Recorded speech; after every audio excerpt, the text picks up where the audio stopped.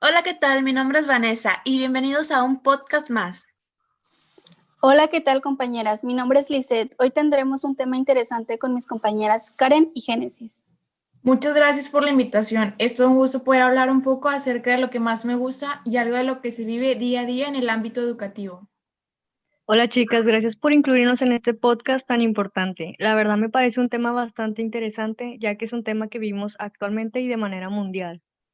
El tema del que les hablaremos mis compañeras y yo es algo que se está viendo muy seguido en esta época de pandemia por COVID-19. Hoy hablaremos del abandono escolar por parte de los alumnos.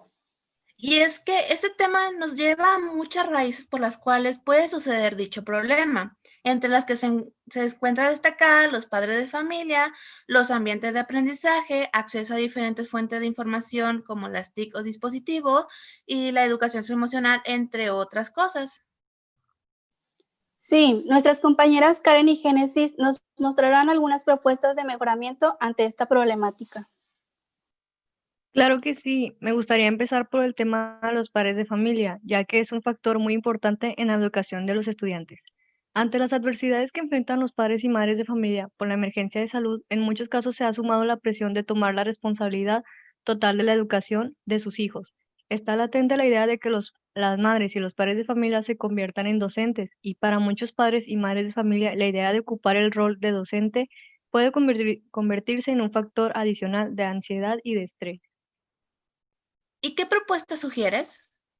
En primer medida, se debe planificar en familia y por la vía del diálogo y la negociación rutinas diarias en las que los niños, niñas y adolescentes tengan un horario establecido para alcanzar los objetivos de sus actividades escolares, pero también para efectuar actividades de ocio y de juego. Propiciar que las madres y los padres de familia enseñen de acuerdo con sus posibilidades. Los hogares no son escuelas y las madres y los padres de familia no son docentes. También se debe promover el involucramiento de las madres y padres de familia en actividades educativas con sus hijos, a partir de sus aspiraciones e intereses y de lo que se sientan preparados para enseñar. Promover que la enseñanza y el aprendizaje en el hogar se experimente más como un gozo y no como un motivo de ansiedad y de estrés. Esta contingencia es fundamental cuidar la salud mental y el bienestar integral de todos los miembros del hogar. Y por último, debido a su impacto en la construcción de una convivencia pacífica y participativa, también se sugiere ofrecer en las familias opciones de actividades lúdicas en las que puedan involucrarse todas y todos. Por supuesto, con el cierre de las escuelas, la desigualdad en el acceso a la tecnología nunca antes había sido tan evidente, lo que hace que los niños de bajos recursos no tengan tantas oportunidades en la educación. Los gobiernos deben priorizar los servicios críticos de prevención y respuesta a la violencia para los niños. Deben mantener y adaptar estos servicios, teniendo en cuenta los riesgos únicos de las niñas y los niños más vulnerables al planificar el distanciamiento social y otras medidas de respuesta al COVID-19. Debemos ayudar a los niños que deben separarse de sus padres temporalmente debido a la enfermedad y a los que se les priva de su libertad, y trabajar junto a fin de prepararnos para responder ante el aumento de números de jóvenes que van a necesitar protección a distancia y soluciones para la salud mental. Ofrecer asesoramiento y ayuda a las familias, los cuidadores y los educadores para promover el aprendizaje desde casa y a distancia, donde las escuelas permanecen cerradas. Y trabajar con nuestros aliados para diseñar soluciones innovadoras en materia de educación. Trabajar con nuestros aliados para cerrar la brecha digital y llevar acceso a Internet a 3.500 millones de niños y jóvenes para el 2030. Trabajar con los padres de familia no con programas sociales mal enfocados, sino enseñándoles que ellos deben aprender junto a sus hijos. Cuando ellos vean la importancia de la educación y no lo vean como un gasto, enviarán a sus hijos a pasar de la pobreza. Efectivamente, Liz, las consecuencias económicas de la emergencia podrían obligar a los padres de familia a reconsiderar los gastos financieros y de oportunidad asociados con la educación escolar de sus hijos, y resultar en que muchos de ellos no vuelven a la escuela. Al respecto, proponemos que junto con las autoridades educativas desarrollemos acciones conjuntas para identificar las zonas, las localidades y los grupos en donde exista un riesgo mayor de que la asistencia a la escuela de niños y adolescentes se interrumpa temporalmente o definitivamente.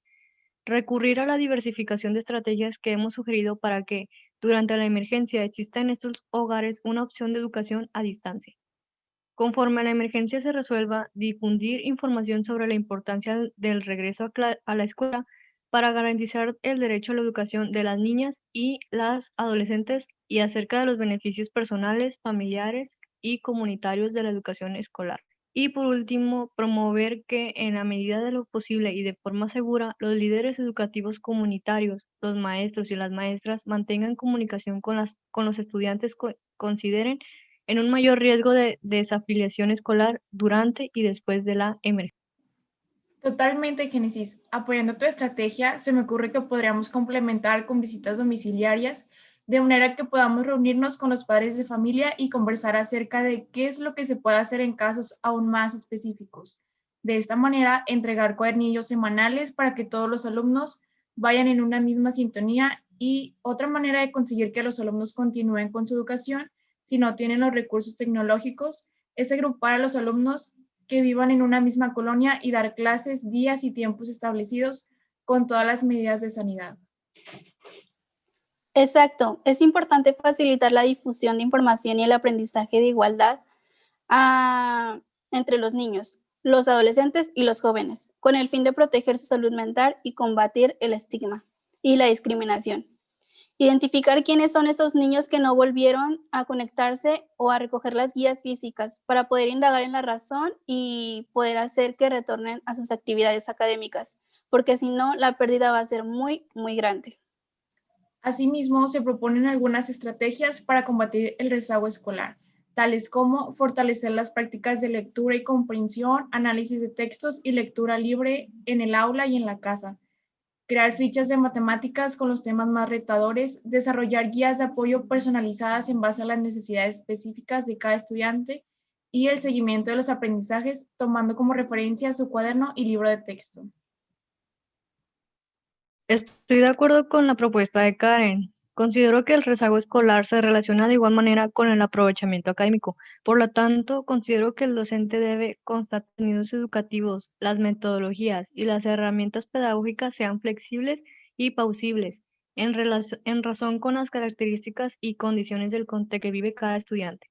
Además, los padres de familia, trabajando a la par con los docentes, deben intentar destinar un espacio de tiempo todos los días para dialogar con los educados sobre los sentimientos y emociones que los produce en el proceso de estudio en el hogar. Plantearles a los educandos qué temores, dudas, dificultades o expectativas tienen y cómo les gustaría a ellos que los apoyaran. Sin duda alguna, las emociones y sentimientos de los alumnos juegan un papel fundamental en la educación, y ahora aún más ya que estamos viviendo una experiencia difícil para muchos. Por eso mismo, los docentes debemos de crear experiencias y espacios de aprendizaje significativos, donde se destaque el papel protagónico del estudiante y la práctica de valores. También utilizar diferentes estrategias pedagógicas para que el alumno se sienta motivado a aprender y, sobre todo, crear un ambiente de confianza donde exista un intercambio de diálogos y seamos positivo el resultado. Sabes, Karen, lo que acabas de mencionar es de suma importancia, pues en estos momentos hemos tenido demasiada presión sobre nosotros, ya sea por diferentes motivos, y es que uno como adulto todavía sabemos manejar la situación controlando nuestras emociones, pero los niños todavía están en una etapa en la que están conociendo cada una de ellas. Es por eso que creo conveniente crear espacios de diálogos en los que se le ayude a reconocer que la educación es la mejor alternativa para mejorar la calidad de vida de las personas y alcanzar sus ideales. Preguntarles qué desean ser cuando sean grandes y comentar cómo a través de la formación y el desarrollo de habilidades y destrezas que le brinda un proceso pedagógico, van dando pasos para aproximarse a esa meta.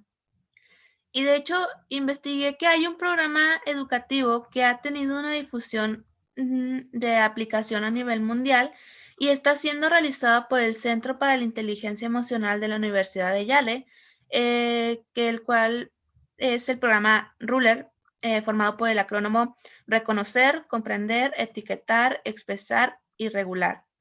Ha sido implementado en muchas escuelas de educación básica y educación media, media con excelentes resultados, y este programa se basa en cuatro sencillas herramientas que son implementadas en el aula, la escuela y también en casa, y son las siguientes: el acuerdo emocional, el medidor emocional, el metamomentos, perdón, y el plano emocional.